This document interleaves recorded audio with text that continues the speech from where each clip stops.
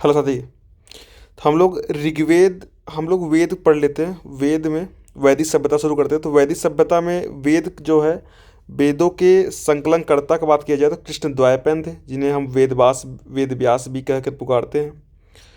वेद चार हैं: ऋग्वेद, सामवेद, यजुर्वेद, अथर्ववेद। इन चारों वेदों के बारे में बात किया जाए तो इन्हें संहिता भी कहा जाता है। वेद मुख्यतः संस्कृत भाषा और पद्य में लिखे गए हैं, लेकिन यजुर्वेद एक ऐसा ग्रंथ है जो गद्य और पद्य दोनों में लिखा गया है। गद्य और पद्य दोनों में लिखा गया है। ठीक है। तो ऋग्वेद बात की जाए तो ऋग्वेद जो है, इसको फ्रीडिस रोजन ने 1838 ईस्वी में लैटिन में ऋग्वेद का संपादन प्रारंभ किया था। मैक्स मुलर ने सर्वप्रथम सायण भाष्य सहित ऋग्वेद का संपादन किया, परंतु ऋग्वेद का संपूर्ण रूप से सर्वप्रथम प्रकाशित जो किया अंग्रेजी में अनुवाद बिल्सन ने किया था। तो सर्वप्रथम अंग्रेजी में अनुवाद कौन किया था? बिल्सन ने किया था। इसका संकलन जो है महर्षि कृष्ण द्वैपायन ने किया था। वेदव्यास ने कहा जाता है। इसमें कुल 10 मंडल है, 1028 सूक्त है। इसका दूसरा एवं 7वां मंडल जो है सबसे पुराना है। इसका 10वां मंडल जिसे छेपक कहा जाता है, नवीन, सबसे नवीन मंडल कौन सा है? सबसे नवीन मंडल कौन है दोस्त? सबसे नवीन मंडल इसका 10वां मंडल है। ठीक है, 10वां मंडल सबसे नवीन मंडल है। 9वां मंडल इसका जो है सोम को समर्पित है, सोम। और ऋग्वेद का जो पाठ करने वाला पुरोहित होता है उसे होता कहते हैं, होता। ऋग्वेद का तीसरा मंडल जो है गायत्री मंत्र, जो सूर्य के लिए समर्पित है। 10वें मंडल में ही शूद्रों का उल्लेख मिलता है। ठीक है। ऋग्वेद की सबसे पवित्र नदी सरस्वती है, इसे नदी तमा कहा गया है। ऋग्वेद में यमुना का उल्लेख 3 बार किया गया है, गंगा का उल्लेख 1 बार किया गया है। इंद्र का, भगवान का वर्णन सर्वाधिक बार किया गया है। ठीक है। इंद्र और ऋग्वेद के 2 महत्वपूर्ण ब्राह्मण ग्रंथ है, ऐतरेय ब्राह्मण और कौशिकी ब्राह्मण। 2 ऋग्वेद के ब्राह्मण हैं, ऐतरेय ब्राह्मण और कौशिकी ब्राह्मण। सामवेद के बारे में बात की जाए तो सामवेद को भारतीय संगीत का मूल ग्रंथ माना जाता है। क्या माना जाता है? भारतीय संगीत का मूल ग्रंथ। और सामवेद के जो प्रथम दृष्टया आचार्य जैमिनी थे। आगे चलकर सामवेद सुकर्मा ने इसका सामवेद का विस्तार किया था। इसमें से जो इसको सामवेद को ऋग्वेद का अभिन्न अंग माना जाता है, क्योंकि इसके बहुत सारे जो मंत्र हैं ऋग्वेद से संबंधित है, ऋग्वेद से लिए गए हैं। यह भारतीय संगीत शास्त्र का प्राचीनतम ग्रंथ है। इसका पाठ करने वाला जो पुरोहित होता उद्गाता ऋग्वेद का होता था और इसका उद्गाता था। सामवेद में प्रथम दृष्टया वेदव्यास के शिष्य जैमिनी को माना जाता है। सामवेद से सर्वप्रथम 7 स्वर सारे गामा पादा निसा जो है यहीं से हुआ था। और सामवेद का एक उपवेद कौन सा है? गंधर्ववेद। गंधर्ववेद किसका उपवेद है? सामवेद का। और अगर पूछा जाए तो सामवेद का अगर ब्राह्मण ग्रंथ पूछा जाए तो पंचविश और खड़विश। पंचविश या खड़विश किसके ब्राह्मण ग्रंथ हैं? सामवेद के ब्राह्मण ग्रंथ है। यजुर्वेद का उद्भव जो वायु से माना जाता है, से गति या कर्म का वेद भी कहते हैं इसे। यजुर्वेद के 2 भाग हैं, शुक्ल यजुर्वेद, कृष्ण यजुर्वेद। इसमें यज्ञ की विधियों को, कर्मकांडों पर बल दिया जाता है। इसका पाठ करने वाले को क्या कहा जाता है? अघर्यु कहा जाता है, अधर्यु कहा जाता है। इसमें यज्ञ एवं यज्ञ बलि की विधियों का प्रतिपादन किया गया है। यजुर्वेद में हाथियों के पालने का भी उल्लेख है। यजुर्वेद में ही सर्वप्रथम राजसूय या वाजपेयी यज्ञ का भी उल्लेख मिलता है। सर्वप्रथम किसका उल्लेख? राजसूय या वाजपेयी यज्ञ का उल्लेख किसे मिलता है? इसे मिलता है। यजुर्वेद के 2 महत्वपूर्ण जो ब्राह्मण ग्रंथ है उसे क्या कहते हैं?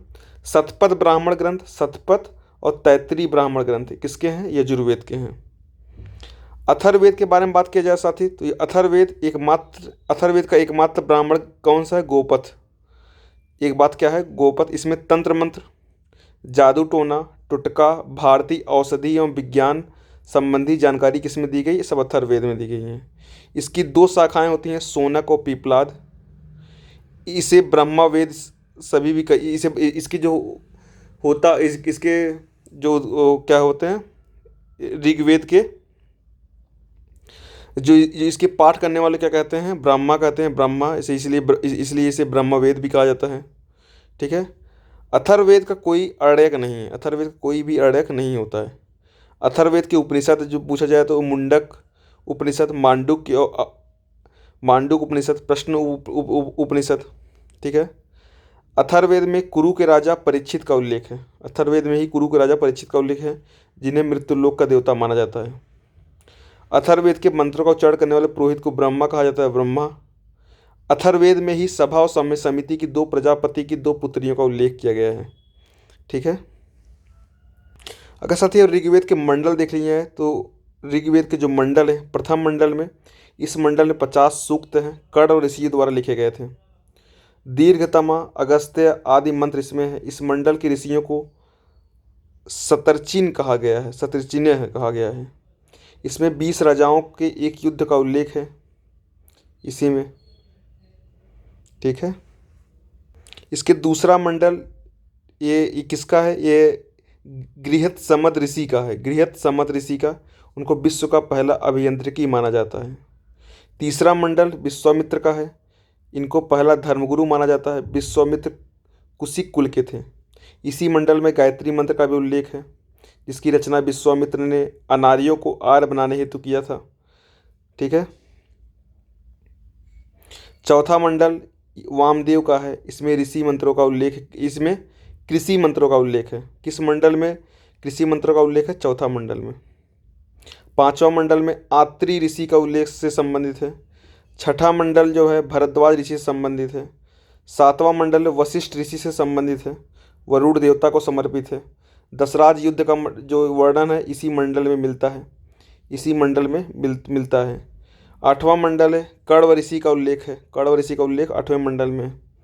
9वें मंडल में अंगिरा का है, अंगिरा का। इस मंडल में ऋषियों को सोम रस का इसी में सोम का भी उल्लेख इसी में मिलता है। ठीक है। 10वां मंडल में सूक्त को मिलता है, सूक्त शूद्र का उल्लेख मिलता है। 10वें मंडल से 6 पक कहा जाता है।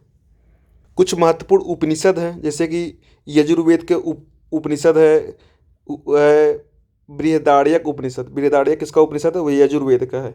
इसी में इस उपनिवेश के प्रवक्ता है याज्ञवल्क्य ऋषि है, ऋषि याज्ञवल्क्य, जिसमें इसी उपनिषद में याज्ञवल्क्य और गार्गी संवाद, याज्ञवल्क्य और मैत्री संवाद का उल्लेख किया गया है। ठीक है। याज्ञवल्क्य और गार्गी संवाद और याज्ञवल्क्य मैत्री संवाद का उल्लेख बृहदारण्यक उपनिषद या फिर वाजनयी ब्राह्मणों उपनिषद में किया गया है। फिर तैत्रीय उपनिषद भी यजुर्वेद का ही भाग है, यजुर्वेद का ही भाग है। फिर कठोपनिषद में इसमें यम और नचिकेता का संवाद है। यम और नचिकेता का संवाद का उल्लेख कहाँ पर है, कठोपनिषद में है। श्वेताश्वर उपनिषद, इसमें परमात्मा को रुद्र तथा दुनिया को माया कहा गया है। इसी में मोक्ष एवं नवधा भक्ति की चर्चा की गई है। नवधा भक्ति की चर्चा श्वेताश्वर उपनिषद में किया गया है। भक्ति का प्रतिपादन इस उपनिषद का विशेषता है। मैत्राणी उपनिषद, इसमें स्त्रियों को जुआ एवं शराब का योग कहा गया है। इसमें त्रिमूर्ति का उल्लेख इसी में हुआ है। इसी में सबसे पहली बार निराशावाद का भी तत्व दिखता है। ठीक है। इसमें योग के 6 अंगों का उल्लेख किया गया है। इससे भारत के चक्रवर्ती के 15 राजाओं के नाम बताए गए हैं। ईशोपनिषद भी इसी का है, यजुर्वेद का ही उपनिषद है ईशोपनिषद। इसी में ईशोपनिषद में ही गीता में वर्णित निष्काम कर्म के प्रतिपादन सबसे पहले इसी में मिलता है। ठीक है। उपनिषदों में प्रथम स्थान इसे माना जाता है। इसे सभी उपनिषदों का आधार माना जाता है। इसमें कर्म करते हुए 100 वर्ष जीवित रहने की इच्छा को सराहा गया है।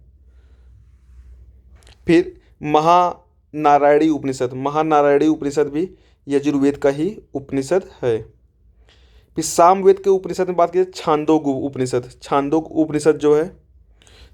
उपनिषद जो सबसे प्राचीन उपनिषद माना जाता है।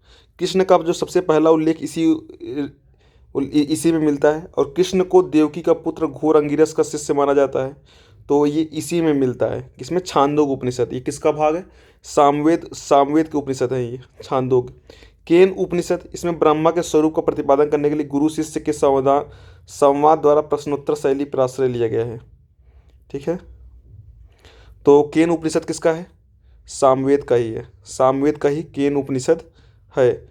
अथर्ववेद के जो कौन कौन से उपनिषद थे, मुंडक उपनिषद, मांडुक उपनिषद, प्रश्नो उपनिषद। यजुर्वेद के हो ही गया है। ऋग्वेद का कोई उपनिषद थोड़ी ना है, ऋग्वेद का उपनिषद नहीं है। ठीक है। ये यजुर्वेद के उपनिषद कौन कौन थे? बृहदारण्यक है, तैत्तिरीय है, कठोपनिषद है, इसमें यम नचिकेता का उल्लेख किया गया है। ईशोपनिषद है, लघु उपनिषद इसे कहते हैं ईशोपनिषद को। छांदोग्य उपनिषद सबसे प्राचीन उपनिषद है। केन उपनिषद भी गुरु शिष्य के संवाद पर है। सामवेद सामवेद के उपनिषद हैं ये।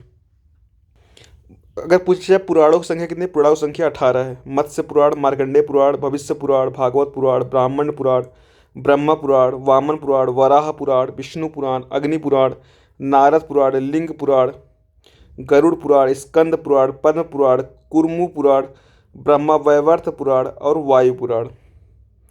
वेदांगों की संख्या 6 है। शिक्षा है, कल्प है, व्याकरण है, निरुक्त है, छंद है, ज्योतिष है। ऋग्वेद, यजुर्वेद, सामवेद को वेद त्रयी कहा गया है, वेद त्रयी। और प्रत्येक वेद के 4 भाग होते हैं: संहिता, ब्राह्मण ग्रंथ, आर्यक और उपनिषद। प्रत्येक वेद के कितने भाग? तो 4। तो दोस्तों ये रहा महत्वपूर्ण बातें वेद के, वैदिक काल के। कैसा रहा वीडियो? जैसा हो बताना। That's all, thank you. जय हिंद, जय खंड भारत।